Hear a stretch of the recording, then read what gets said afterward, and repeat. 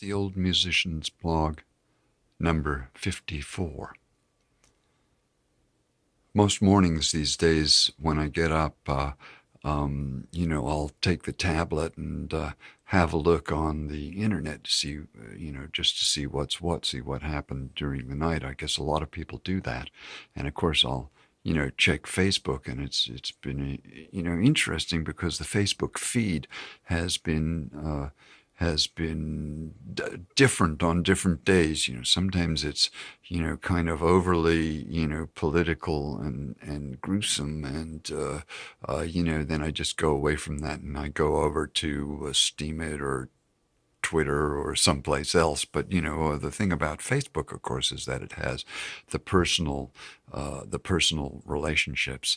And then some days, just lately, it seems like they've been tuning better into me, and they've been giving me more of the science information, about new developments and stuff. And sometimes even those seem to have a theme. Like today, they seem to, in my stream, have a lot of posts about different kind of aspects of the coming longevity, and how that might become possible for humans in the future. And one of the big stories has been about the reanimation of pigs' heads from decapitated pigs, which is just a kind of a gruesome, horrible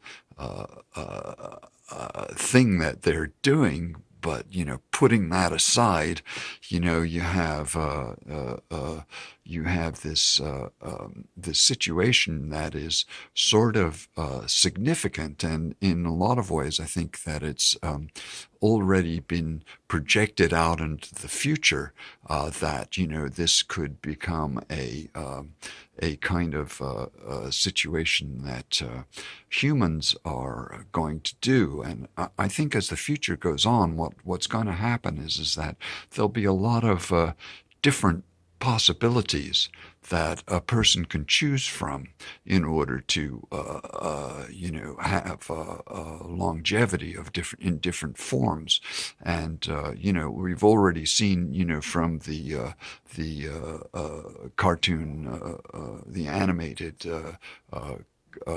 cartoon series Futurama, that people with heads in jars, will be living, with robotic bodies. And whether they come from cryonically frozen heads that have already been decapitated and are in storage, or whether they'll come from, actual people who have decided to give this a try for one reason or another, as a solution to their life predicament of one kind or another. This, of course, will be part of the choosing. Now, who makes those choices and how they're made, I don't know. Probably, people who are in pain will be more likely to choose radical solutions that other people might not try. And even while I'm saying that, I can see that there's a whole other side of people who are they are willing and choosing to tolerate pain, in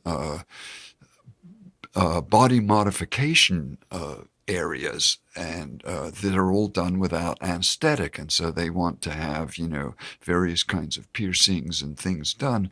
And these are all done, so far as I can tell, without anesthetic. And so they're showing that they're willing to tolerate pain and exchange bionic pieces for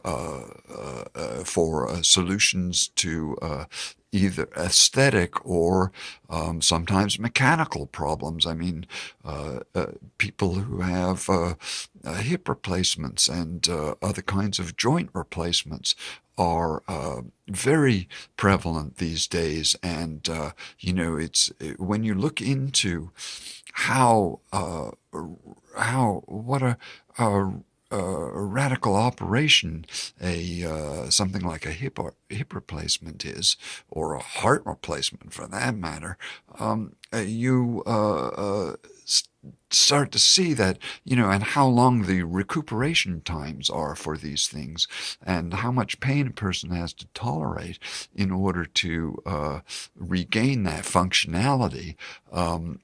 It's amazing that so many people are willing to do this in this day and age, and that is the case. Now, there are other forms like these things, they're doing with people's eyes, which seem to have, less of a recovery time and have, more of a functionality. And that's a kind of an edge that, people, who want to have an improvement to their quality of life may choose with having less of a recuperation time. And I can see that that edge is much more adaptable for the general public, and then as it goes more and more deeper into what it is that you're willing to do in order to stay alive, in order to be pain-free, in order to have functionality in life, what are you willing to go through in order to have those things? And the choices already are becoming more, they're becoming more choices of what a person can do, what a person can choose to do in life to be able to continue on in a more indefinite way, which is the coming possibilities. Certainly, I'd be willing to take a pill, that would allow me to live, to 200 or 1,000 or 2,000 or whatever it is, as long as I wanted to, but, would I be willing to be decapitated and have my head reanimated in a robotic body? Not at the moment. Not at the present state of technology as it exists. Nevertheless, we seem to be doing that to pigs. We owe these animals a great deal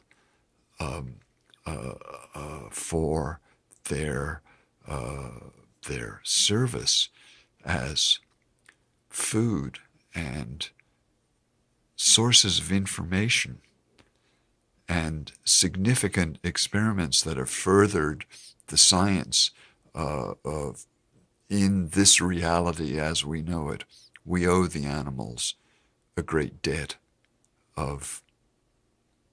for their service, a great debt for their service. We owe these animals in the future, in the present, in the past.